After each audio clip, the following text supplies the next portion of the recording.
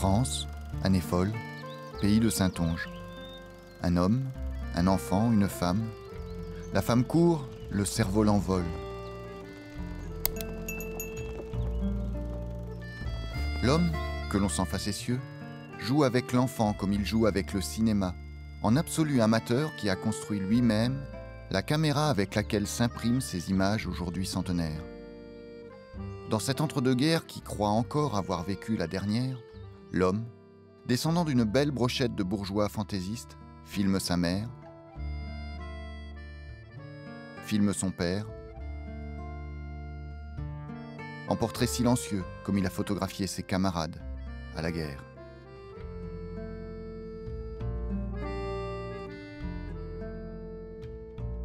Pendant cette der des der, la passion qui dévore déjà l'homme, pour toujours et qui se nomme aviation, a glissé du temps des pionniers à celui des industriels et des marchands de canons.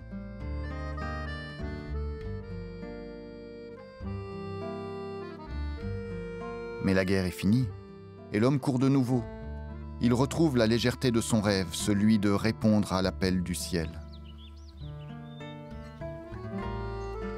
France, année folle, en pays de Saintonge, l'homme, Henri Migné, va écrire une page majeure de l'aviation, une page souvent oubliée, parfois dénigrée et pourtant maintenue bien vivante aujourd'hui par la passion de ses continuateurs, l'incroyable aventure du pouls du ciel et de l'aviation des amateurs.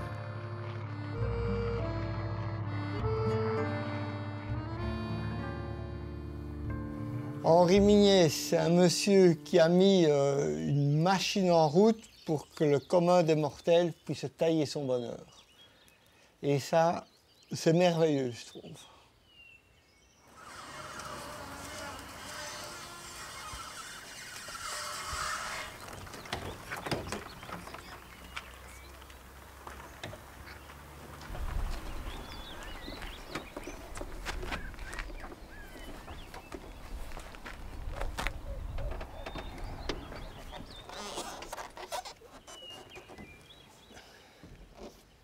Ah, C'est 11 mai. donc, ah oui, bah Donc tu vois, ça a déjà évolué. oui, d'accord. 11 mai. Bon, donc on descend la date limite. 29 juin. 11 mai, 29 juin. Moi, 22 octobre. Ah mais le paquet, c'était qu'il était d'origine. oui, mais ils sont à l'envers dedans. Ah oui, mais j'aimais Et les... les dates ne se suivent pas dedans. Ah bon, alors donc il faut remettre tout en date. Voilà. Tu me dis 32 aussi, hein? 30, toujours 32. Parce que moi, je suis en 31, là. C'est même pas l'Aubé-Dune. Ah si, c'est l'Aubé-Dune, mais mais que réducteur séparé, réducteur à chaîne. Étude de fuselage, simplification de la construction. Toujours simplifier. Le hasard est parfois fertile. Alain Migné, le petit-fils d'Henri, désirant peindre un mur derrière une vieille et lourde armoire, la vide et y découvre quantité de dossiers d'archives que l'on croyait perdus, oubliés là depuis près de 70 ans. C'est pas ce que je cherche. Je cherche le HM14 maintenant. J'ai une panne. Il invite alors son oncle Vincent, dernier fils vivant d'Henri Migné, à l'ouverture et au classement de ce trésor, en compagnie de Jean-Jacques Legrand, un spécialiste de l'histoire des avions miniers. Mois de mai. Ouais. Là, on est au mois de Et juin. le mois de juin, il est revenu au... Il a déjà... Mon point d'interrogation, il n'était peut-être pas content de lui. Il a plus le même profil. Et celui-là, il l'a testé, hein, il a volé et tout avec, hein, parce qu'il voyageait avec. Documentation sur le vol des oiseaux. Jean-Jacques, Il y a du papier d'étain dedans. Oui, mais il y a un peu de tout. il observait les vols des oiseaux, leur plumage en fonction du vol, et on voit ici sa faculté de dessiner ce qu'il voyait, ce qu'il observait, la forme de leur plumage, les orbes, hein, le vol de l'oiseau. Et là, ce dessin, 1922, il imagine une machine volante. Cette machine volante, qui n'a jamais volé, il appelle avion de tourisme minier. C'est un génie, c'est un génie.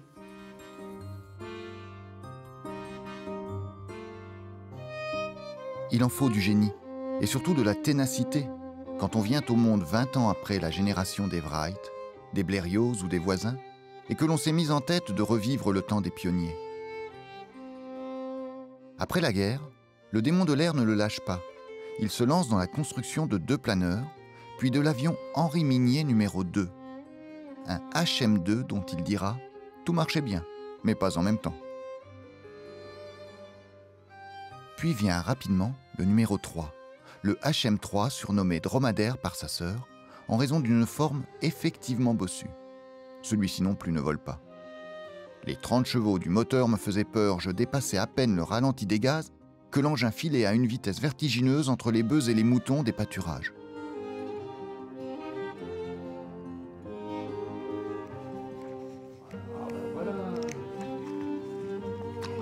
Évidemment, je ne vais pas le trouver. Ah bah dès l'instant que je cherche... C'est ça plutôt au début. Il n'est pas là. Non, eh ben trouve-le. Il n'est pas là. Je pense que c'est... Tu vas le trouver peut-être à la fin.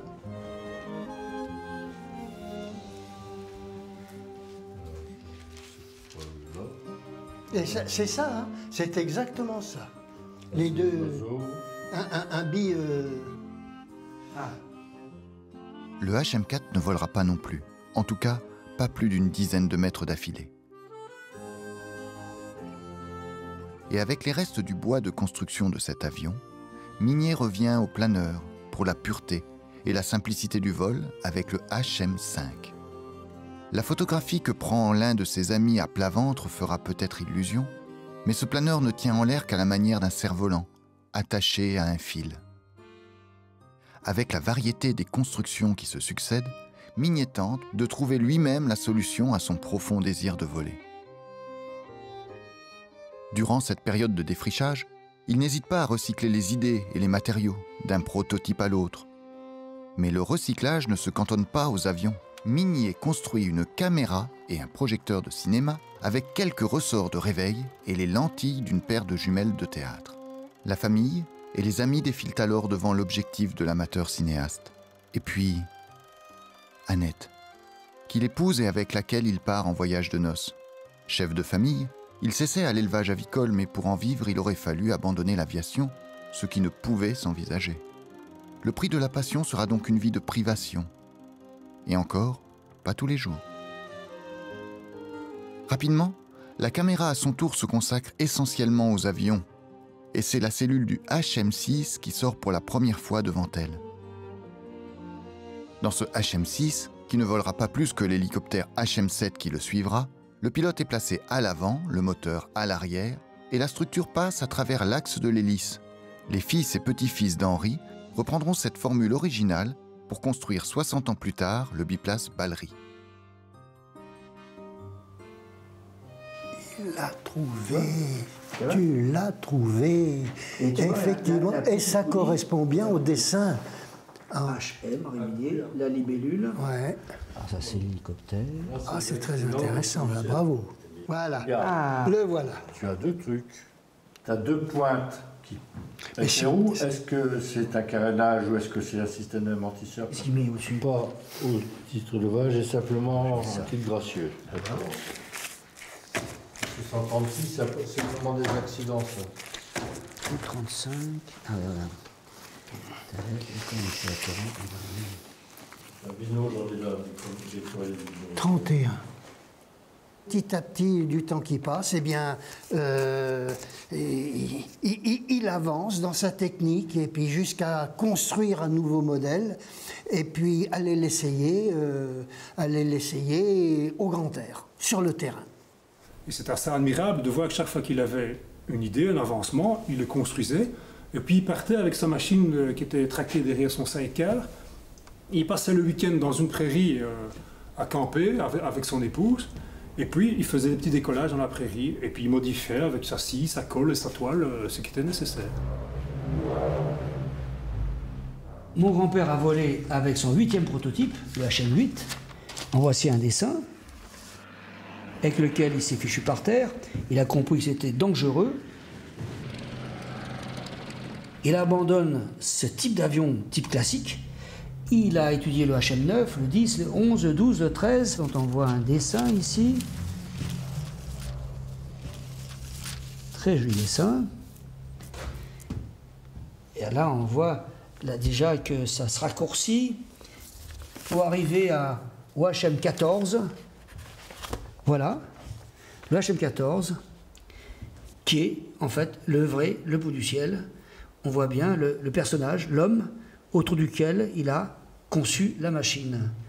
Je vois le 9 octobre, il était encore sous la tente à Veille-sur-Aisne, un jour de pluie, il ne pouvait pas essayer, donc là, son imagination fertile produit, là on voit, sur la base du HM14, un biplan qui n'a jamais été construit. Hein. Il cherche. On voit le bois de boulot, il expérimente, il essaye. Il avait un petit établi, les outils, il coupe les morceaux d'ailes, il met au point, il fabrique ses hélices, il modifie ses hélices. Et il apprend à piloter son machine en même temps. C'est extraordinaire hein, de vouloir voler avec une machine qui n'existait pas, c'est lui qui l'a mis au point, sans être pilote lui-même. Et il apprend à dompter sa machine. Il faut imaginer ça, hein, quand il se soulève du sol, il a intérêt à ne pas monter trop haut, parce que si on est trop haut, ben, on tombe de très haut. Et là, on peut se faire mal et l'histoire est terminée. Donc, il voit quand il juge qu'il peut encore monter, il a la puissance, il faut que le moteur soit au point aussi. Donc, il y a un metteur au point de moteur, d'hélice, de cellule. La cellule, c'est l'avion, l'aéronef. La particularité de cet avion, c'était la manœuvre uniquement au manche à balai. C'est-à-dire qu'en tirant, bien sûr, on faisait monter l'avion. En poussant, on le faisait descendre. Et la mise en virage se faisait uniquement par le gouvernail. En braquant le gouvernail à gauche ou à droite, l'avion se mettait en virage par roulis induit. C'est une méthode tout à fait différente d'un avion classique et qui a beaucoup surpris les aviateurs de l'époque. Donc Minier lui-même admettait être un mauvais pilote et trouvait que finalement il avait bien du mal à cadencer, c'est-à-dire à se servir du palonnier en même temps que du manche. Il a donc supprimé carrément le palonnier, il a supprimé les ailerons qui vont avec et il a fait une conduite totale de la machine au manche à balai. Oui, non, il a construit en 30 jours. Bah, du 1er octobre. Oui, octobre, mais je te parle du mois d'août. Ah ben, du 1er octobre au 4 novembre, oui, mais il m'a dit un mois, c'est là qu'il a construit. Non. Mais avant il a fait ses conquis. Non, alors là, je suis ferme. Il a construit le HM14 en 30 jours. Et le mois d'août à 31 jours. Et le 15 août 1933, il a passé la journée à visiter Paris avec ses enfants, sa femme et ses enfants. Et donc, ce mois d'août 1933, il était en train de construire le HM14 avant de laisser en vol à partir de septembre au bois de boulot. Dans tout ça, il y a une émotion, certainement, il y a un plaisir, j'allais presque dire, il y a un bonheur de connaître mon père, de découvrir qui était mon père, l'artiste, un philosophe, quelqu'un qui a mûrement réfléchi. Tout ce qu'il a fait là, c'est la suite de sa réflexion. C'est pas vraiment l'image que je vois. Bien sûr, elle est belle, mais je vois la main de mon père, je vois la main d'artiste, je vois les tableaux, les quelques tableaux qu'il a peints, je vois le génie de son coup de crayon. Je vois, ce sont ses dessins, c'est lui que je vois là. C'est lui directement, tel qu'il a été, et bon, bah, il a fait des choses qui peuvent paraître à nous aujourd'hui complètement farfelues. En réalité, dans toutes ces choses-là, eh bien, il y a quelque chose à prendre, un petit truc par-ci, un petit truc par-là, et puis il a assemblé tout ça pour arriver à son non pas son rêve, mais à son aboutissement ultime, le HM14.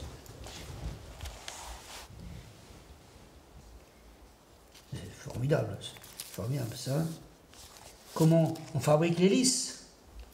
Ce sont les dessins originaux. Tous ces dessins, nous les retrouvons dans le livre Le sport de l'air. Vous voyez ce fameux détail.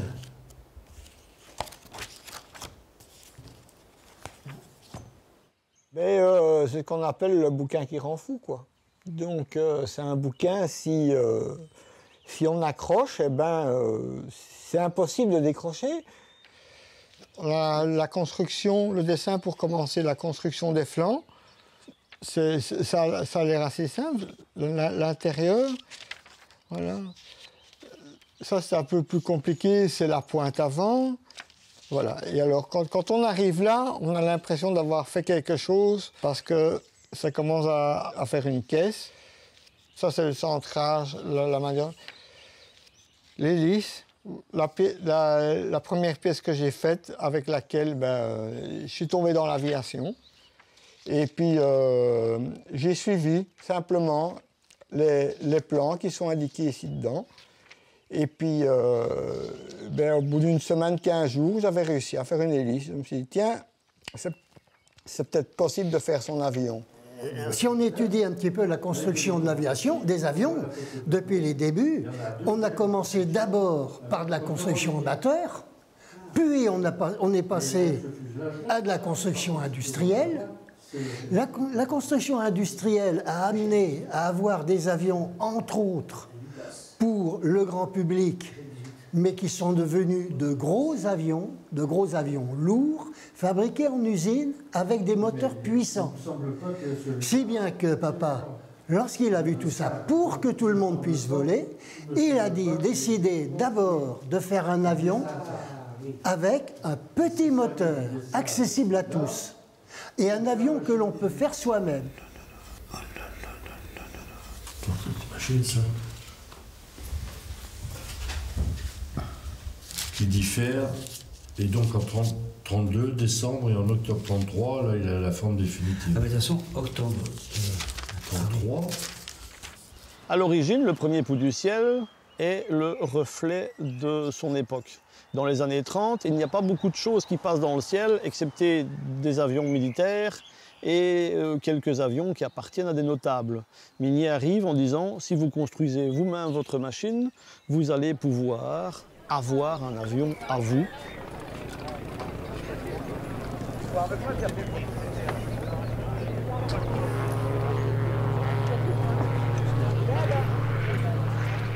Avoir son avion à soi, c'est évidemment épatant. Mais avec le Pou du ciel, Minier ne démocratise pas qu'un bien matériel, il démocratise aussi et surtout l'usage que l'on en fait, le vol en liberté, en toute simplicité et en sécurité. Le Pou du ciel peut se conduire sans être un virtuose et même lorsque l'on est franchement mauvais pilote d'avion plus traditionnel, tout en s'affranchissant des dangers mortels de la perte de vitesse. À l'aérodrome d'Orly, la foule entoure les avions miniatures qui sont prêts à s'élancer dans les airs. Le temps est épouvantable.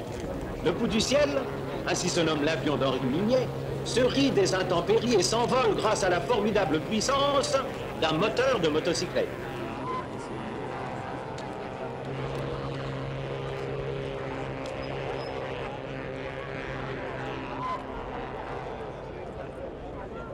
En marge du salon de l'aviation de 1934, la foule se masse à Orly et ce tant attendu premier vol en public tourne au triomphe. Le Pou du ciel est délicat. Il hésite à poser ses petites pattes fines sur ce marécage salissant.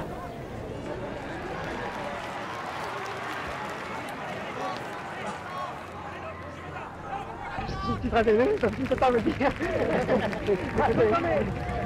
J'ai pu vous montrer aujourd'hui le fonctionnement du Pou du ciel, un appareil un peu révolutionnaire, mais enfin, qui montre que l'on peut voler avec d'autres moyens que ceux déjà donnés actuellement. Pas du chemin. Peut-être pas du chemin, comme c'est une seule bête, il s'appelle le Pou du ciel. C'est un animal crochu et très petit qui se multipliera, faut espérer.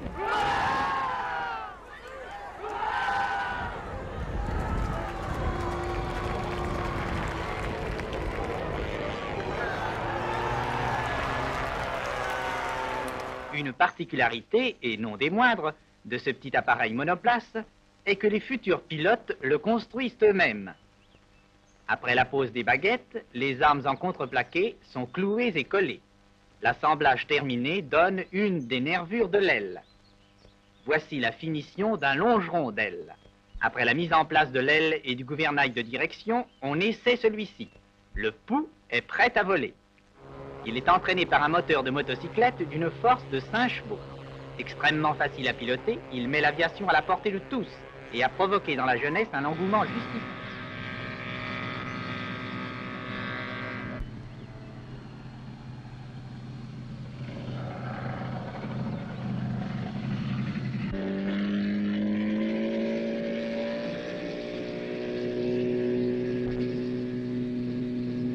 C'est ce qu'a compris la Fédération aéronautique qui vient de reconnaître officiellement l'aviation légère. Ce qui est assez fabuleux, c'est que M. Mignet, bon, il a essayé sa machine un peu partout, mais il a fait le tour de France et il aimait bien montrer sa machine.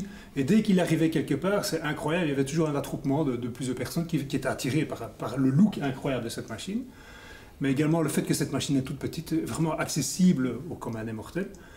Et directement, les gens venaient se renseigner, c'était parti pour discuter longtemps. Ça faisait rêver les gens, comme la conquête de l'espace faisait rêver les gens dans les années 60. Ça attirait autant de gens, ça avait la même aura, dirait-on. Et c'est vrai que quand on voit les photos d'époque sur le terrain, il y a un bout du ciel et des centaines de personnes autour. C'était l'époque de Mermoz, de Lindbergh, etc. Et l'aviation avait un très fort engouement dans le public. Et le fait de pouvoir construire chez soi son avion, ça a eu beaucoup de succès dans le public. Donc il y a eu énormément de pouls du ciel qui se sont construits ou des constructions qui ont débuté. C'est un avion très petit, puisque le fait que 6 mètres d'envergure, donc il pouvait être construit dans une salle à manger sans problème. La seule limite, c'était la patience de la maîtresse du logis.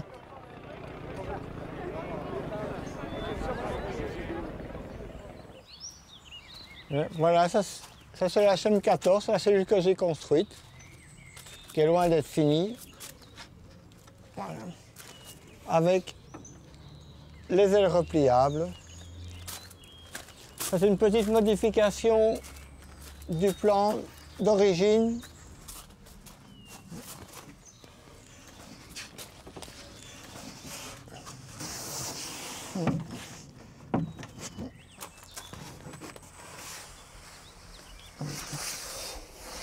Voilà.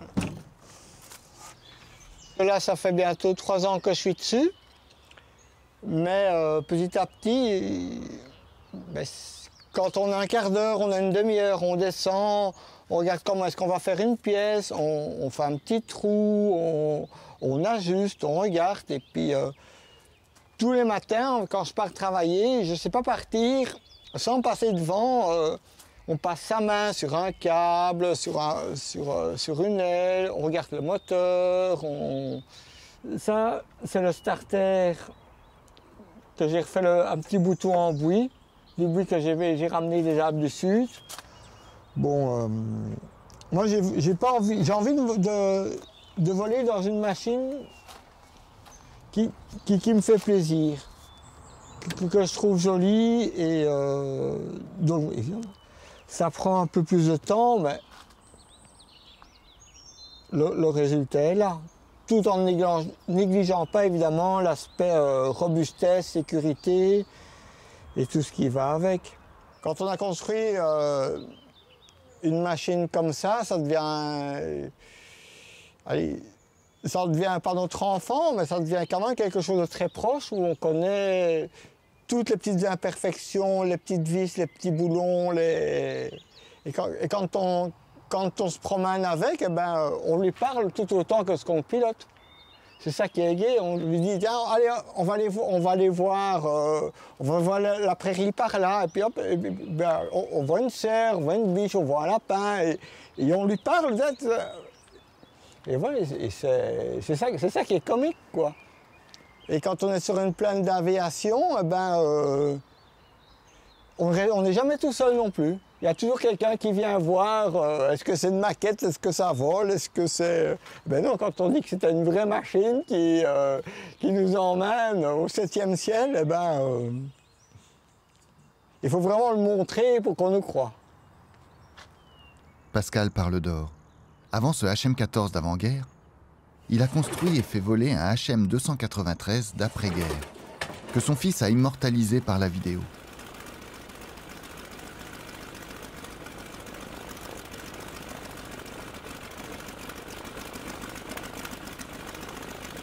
La formule Mignet a depuis toujours eu un grand succès en Belgique, et ce professeur d'ébénisterie n'échappe pas à la règle.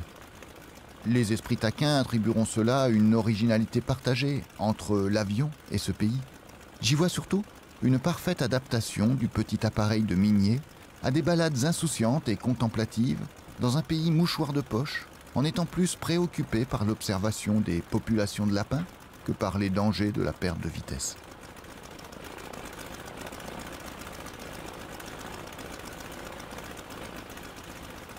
Quand on a construit une machine, au moment où on fait les premiers tours de piste, où on tire la première fois dans le manche, d'abord au roulage, on se dit ouais, là ça va aller. Et puis à un moment donné, on se dit bon maintenant c'est fini de rire, c'est un avion, c'est pas une voiture, donc il faut tirer dans le manche, il faut décoller. Et là, il y a un film de toutes les petites vis, de tous les petits morceaux de bois qu'on a collés, qu'on a vissés, où on a chipoté en se disant tiens, est-ce que j'ai bien ferré cette vis-là, est-ce que ce morceau-là a été bien collé, est-ce que... Et tout vient en même temps, et en même temps, on est en l'air, on a fait son premier tour de piste, et puis on se pose, et là, il faut le temps que le neurone refasse ses connexions, parce qu'on se dit, je suis parti de rien, j'ai tout fait, et puis ici j'ai volé, j'ai atterri, et puis ça fonctionne, quoi. Et puis on attend qu'une chose, c'est de faire le deuxième, parce qu'on ne le dit pas, mais avant le premier décollage, on n'est pas vraiment fier. À premier atterrissage, on l'est. et puis on ne sait plus s'arrêter, quoi. Donc, c'est ça qui est gai dans la construction. On part de rien et on arrive à tout. En fait, c'est plus qu'un avion, c'est plus qu'une machine. C'est une espèce de rêve concrétisé, on peut dire, de rêve mis à la portée de tous. Beaucoup de gens rêvent d'avions et ne peuvent pas se permettre d'en acquérir un ou de voler. Par contre, ils peuvent se permettre d'en construire un avec 4 bouts de bois et un moteur, et un petit peu un minimum de savoir-faire et de sérieux, et puis voilà le résultat. Plusieurs amateurs meurent hélas dans des piquets irréversibles en 1935 et 1936, de n'avoir pas respecté le centrage. Minier met en garde les constructeurs sur ce point, c'est-à-dire la répartition du poids entre l'avant et l'arrière de l'avion. Et il corrige rapidement son plan pour permettre de se sortir de ces mauvaises configurations. Pourtant, l'injuste réputation de dangerosité du pouls du ciel était faite pour longtemps. L'avion, dans sa première version de 1934, a connu quelques déboires qui ont été un peu connus à l'époque. On peut dire que c'est dû au fait que les premiers constructeurs amateurs n'avaient pas l'expérience de la construction d'avions, qui est quand même une entreprise technologique, même s'il s'agit de bois et de toile. En plus, certains avaient la tendance à modifier des choses selon leur inspiration, ce qui n'est peut-être pas toujours une bonne idée, ce qui ne remet pas du tout en cause la validité de la formule, bien sûr. Il ne faut pas oublier que c'était de nouveau une nouvelle époque de pionniers. Donc ces gens, avec leur enthousiasme de voler rapidement, eh bien, il y avait tout à découvrir, en ce sens qu'il n'y avait pas de réseau. Il fallait absolument... Ils ne savaient pas très bien où trouver le bon bois pour voler, la bonne toile, la bonne colle. Ils suivaient le bouquin, il y avait parfois des adresses qui étaient conseillées, mais c'était peut-être pas suffisant. Donc on l'a interdit de vol pendant un temps, mais Minier, il a su contrer l'histoire et expliquer que c'était pas de la faute de la machine, mais de la faute des constructeurs qui allaient trop loin dans le non-respect de la construction, donc du centrage. Mais n'importe quel appareil qui est mal centré, c'est casse-gueule, quoi. C'est un mot commode et fort à la mode, jusqu'aux antipodes, on l'entend partout. Ce nom de bestiole fait que lorsqu'il vole, tout le monde en raffole. Il s'agit du pou, dans les airs voyez-vous, les poux, les poux, les poux. Je vous dis entre nous, c'est fou, c'est fou, c'est fou, ces gentils petits poux, pas encombrants du tout. Voltige se moquant de nous, tant pis pour les jaloux. On a la folle envie d'avoir son pou volant. Là-haut, c'est la bonne vie, c'est vraiment épatant. Qui n'a pas son pouls, véritable bijou. Y en a pour tous les goûts, des poux, des poux, des poux.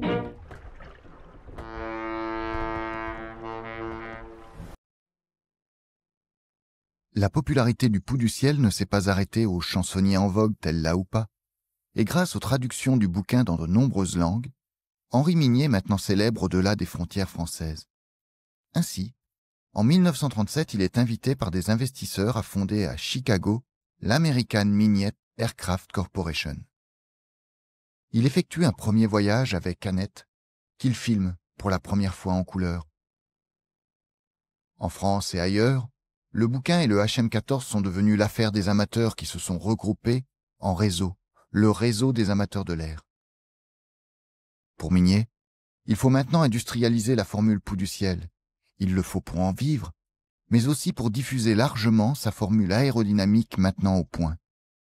Pour lui, délivrer tous les aviateurs du risque mortel de la perte de vitesse est devenu une véritable mission. Cette expatriation, il va la vivre avec Annette, laissant en France les enfants, mais aussi les empêcheurs et les adversaires de la révolution pouls-du-cieliste. Ceux qui montent en épingle les quelques accidents mortels qui ont marqué les débuts du Pouls du ciel. Mignet découvre donc l'Amérique, celle d'Henry Ford, dont il s'était prophétiquement inspiré dès les années 20, en citant le pouls de la route de ce dernier pour s'écrier « N'y aura-t-il pas un pouls du ciel ?» Mais en Europe, la guerre éclate, et Henry choisit de rejoindre son pays et sa famille, pendant qu'à Chicago, un ingénieur russe va dénaturer le prototype de Mignet pour en faire un mauvais avion classique et couler ainsi l'entreprise américaine.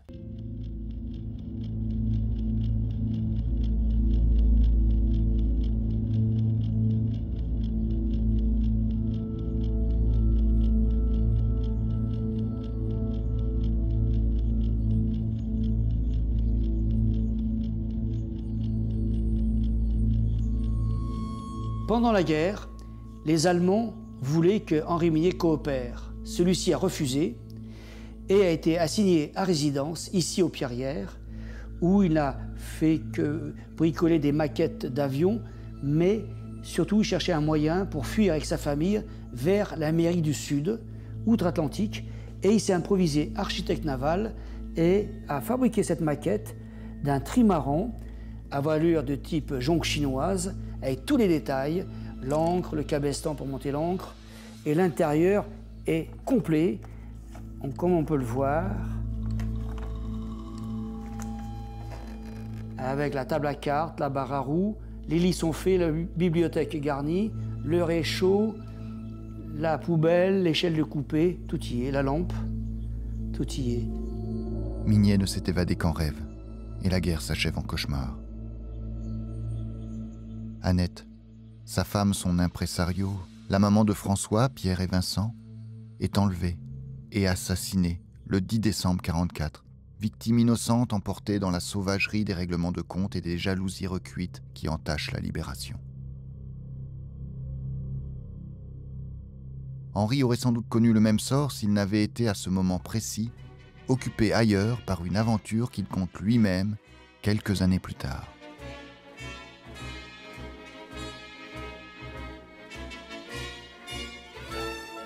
En 1944, le général de Gaulle chargea le colonel Léon d'organiser un maquis en Bretagne. Après un parachutage en Normandie lors du débarquement, le colonel reçut une nouvelle mission en Bavière, refusa le parachute et s'en fut trouver Mignet, pour que ce dernier lui propose ce qu'il appelle un parachute de commandement. Capable d'atterrir dans un champ, d'en disparaître après 60 secondes, puis de décoller d'une route sans faire de bruit. Mignet répondit aussitôt en dessinant le HM280 Poumaki, avec ses ailes repliables au gabarit routier, qui prend l'air en avril 1945 avant de rejoindre, camouflé et par la route, un aérodrome clandestin à 600 km à l'est.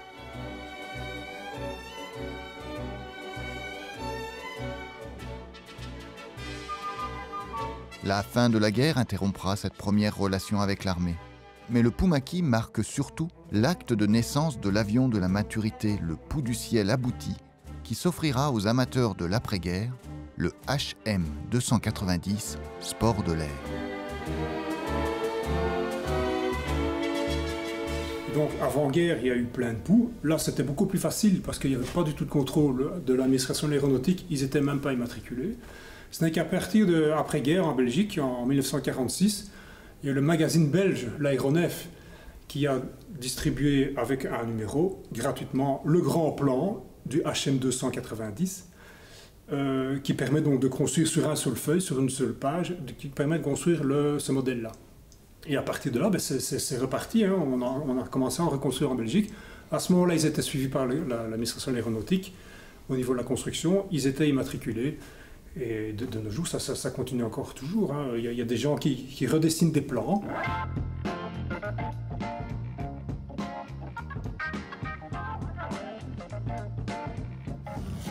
Amateur vient du latin amator, qui signifie celui qui aime. J'aime pour ma part me souvenir qu'Amator, ou Saint-Amatre, fut évêque de ma bonne ville d'Auxerre et y convertit Saint-Germain, qui lui succéda. En fait, quand tu fais ça, tu dois écouter les copeaux qui se forment. L'amateur doit aussi convertir sa famille, à commencer par son épouse. Un certain monsieur Bouquet, devenu ami des miniers, le réussit visiblement parfaitement. Une construction se déroulant au prix de soirées et de week-ends monomaniaques, de vacances sacrifiées et d'un envahissement de la maison par le bois, des outils et quelques copeaux, il faut pas mal d'amour partagé pour la mener au bout. Aimer, vivre la passion et la partager, c'est la plus belle réussite de minier. Et au premier plan de ces apôtres figure Pierre, son deuxième fils, continuateur et adorateur de son père. Monsieur Bouquet lui a offert son HM 290, qui deviendra célèbre sous le nom de Petit Bouquet. Pierre sera un fin pilote de Pouls du ciel, et il collaborera étroitement avec son père, qu'il suivra dans ses périples de par le monde. Après la mort d'Henri, Pierre sera encore au service passionné des amateurs, mais il concevra également en grande partie les ULM Ballery et Cordouan, industrialisés par Alain.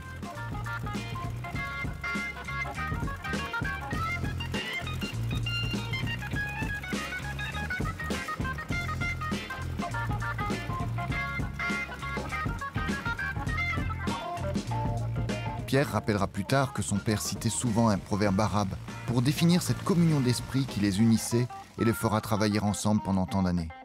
Quand ton fils grandit, fais-en ton frère.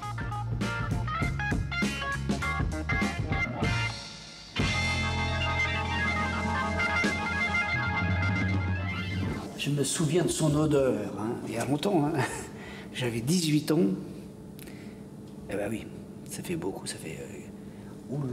oh là là, 45 ans.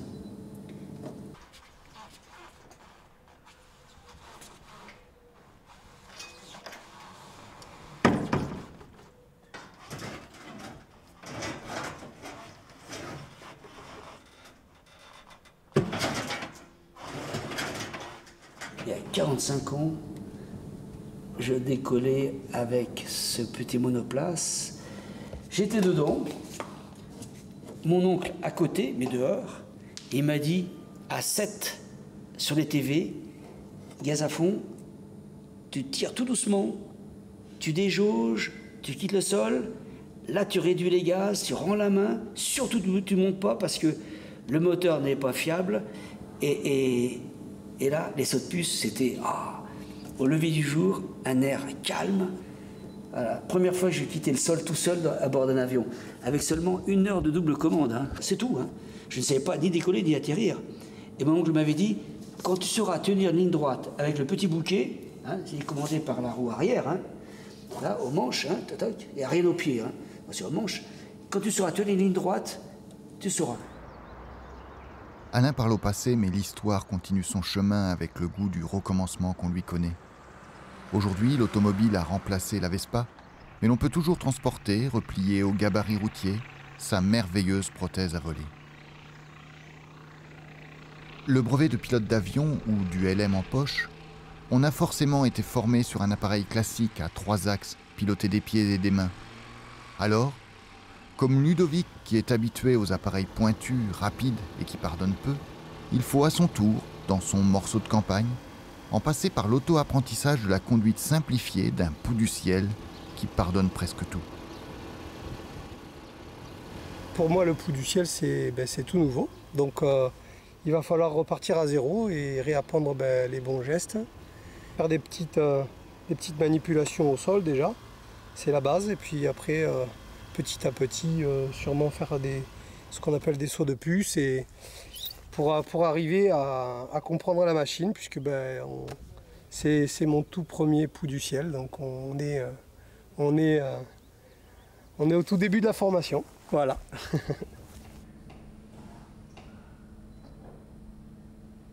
Et on termine la présentation de l'aventure Henri Mignet par ce HM350 qui a été une des tentatives d'industrialisation d'Henri Mignet qui malheureusement n'a pas réussi. Et cet avion a été construit au Maroc dans les années 56-57. Et il a volé longtemps par la suite.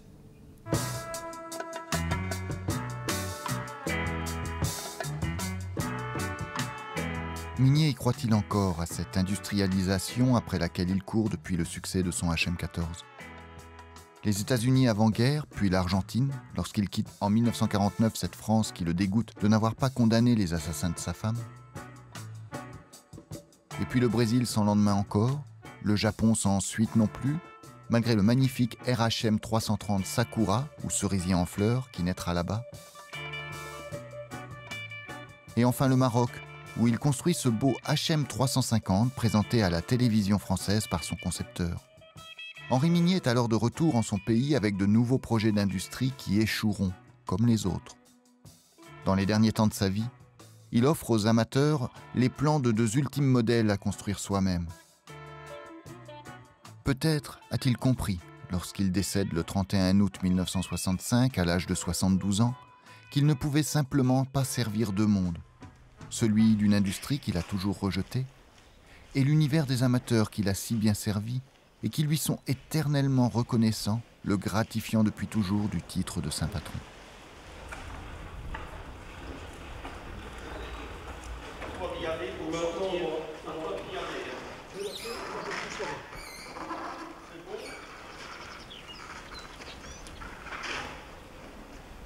Moi, j'aimerais bien que l'on revienne sur l'idée de partage, parce que dans l'idée d'Henri Mignet, il a pensé à ça, mais dès le départ. Donc, il y a vraiment eu un mouvement collectif comme ça de gens animés par la même foi, la même passion. Moi c'est ça que je trouve le plus beau. Et ça existe toujours de nos jours, je dirais, avec tout ce qui est Internet, réseaux sociaux, blogs, etc.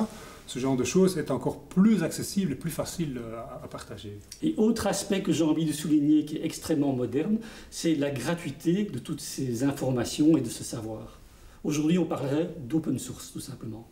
C'est un enrichissement culturel, quoi. Donc, c'est gai.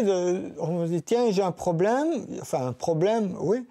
Et j'ai téléphoné à Pierre, Paul ou Jacques pour dire, tiens, est-ce que tu as déjà fait ça? Comment est-ce que tu as résolu ce problème-là? Et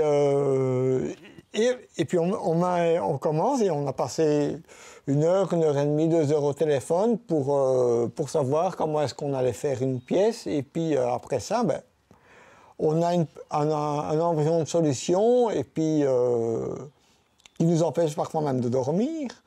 Donc on descend à l'atelier et puis on commence à bricoler. Et ce n'est que quand les pièces du puzzle se sont mises en place qu'on s'est arrêté et puis remonté et retrouver son sommeil paisible. Ouais, allez, sympa. Il n'est pas tellement lourd alors comme moteur. Je crois qu'il fait 45 kg à sec. Ouais. C'est ce que Mignet disait, à 47 kg dans son bouquin. 47 kg. 47 kg au bouquin. Ce qui est génial aussi chez Mignet, c'est que quelque part, même sans s'en rendre compte, il arrive à créer une famille de constructeurs amateurs. D'ailleurs, entre nous, généralement, nous nous appelons les Pouducialistes. On ne se voit pas tous les jours, donc je parle entre Pouducialistes donc, de la communauté Mignet, mais quand on se voit, on a toujours plein de choses à se dire, plein de trucs à se raconter, tiens, comment est-ce que tu as fait ça, comment est-ce que tu as fait ça, moi j'ai fait ça d'une manière ou d'une autre, et c'est ça qui est sympathique. Un Samson. Il a été fait à Boulogne-Billancourt en 1937. Et il est quasiment neuf d'ailleurs. Il a été acheté à un certain Fauvel qui faisait des ailes volantes. On commence à discuter et le temps s'arrête, quoi. Le téléphone sonne, et ben oui, le téléphone sonne. On est occupé à parler copeaux, vis, morceaux de bois, etc. pour la machine, parce que ça prend vraiment le dessus sur le monde actuel, sur le moment présent.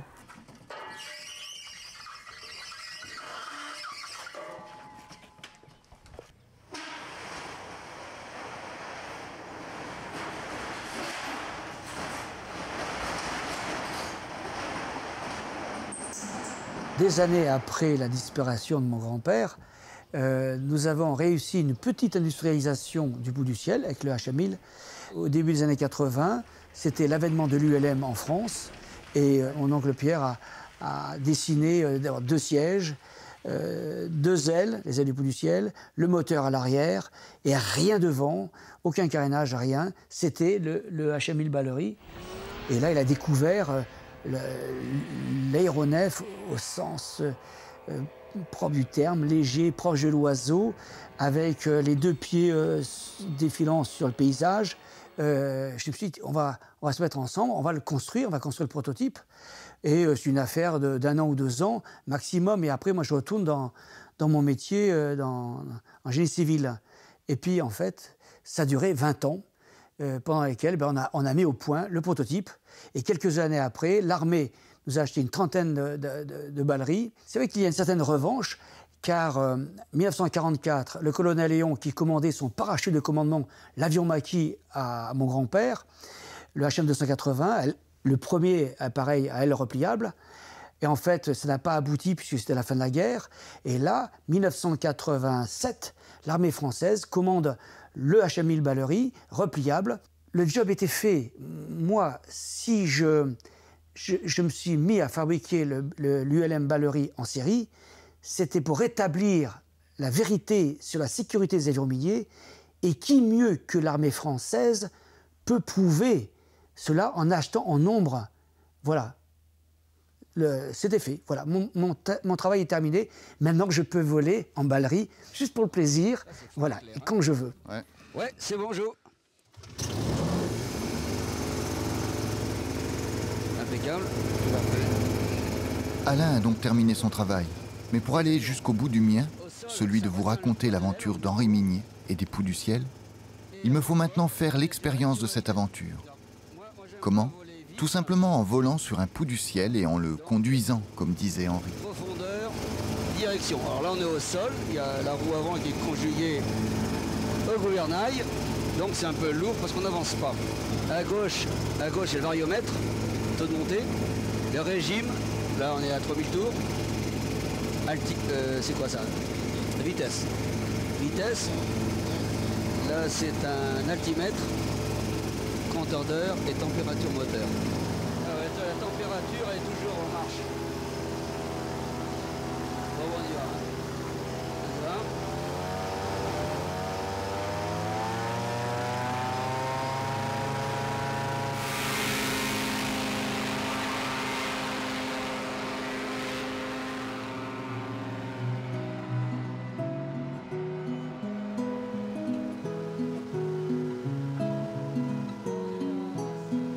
Je ne suis pas pilote, même si j'ai une petite expérience en la matière. Mais en vol sur le HM1000 Ballery avec Alain, j'avais la sensation de pouvoir me débrouiller tout seul.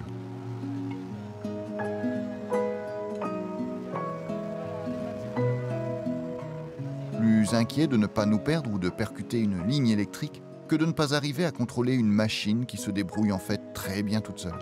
À dire vrai, je ne me suis jamais senti autant en sécurité en virage et à basse vitesse. Cette sensation, je l'ai ressentie aux fesses, comme on dit. J'avais l'étrange impression d'un fil qui nous tenait attachés en l'air comme ce manège où des sièges tournent solidement suspendus. C'était la fameuse aile vivante du Poux du ciel, cette aile qui sait se raccrocher instantanément au filet d'air pour vous assurer en permanence le contrôle de l'avion.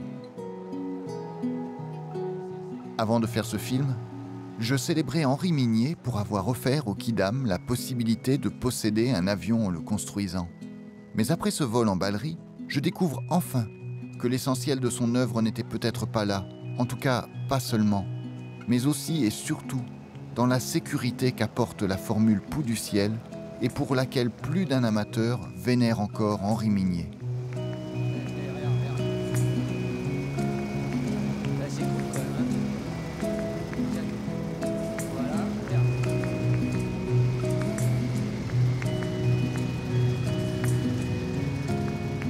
Salut les gars.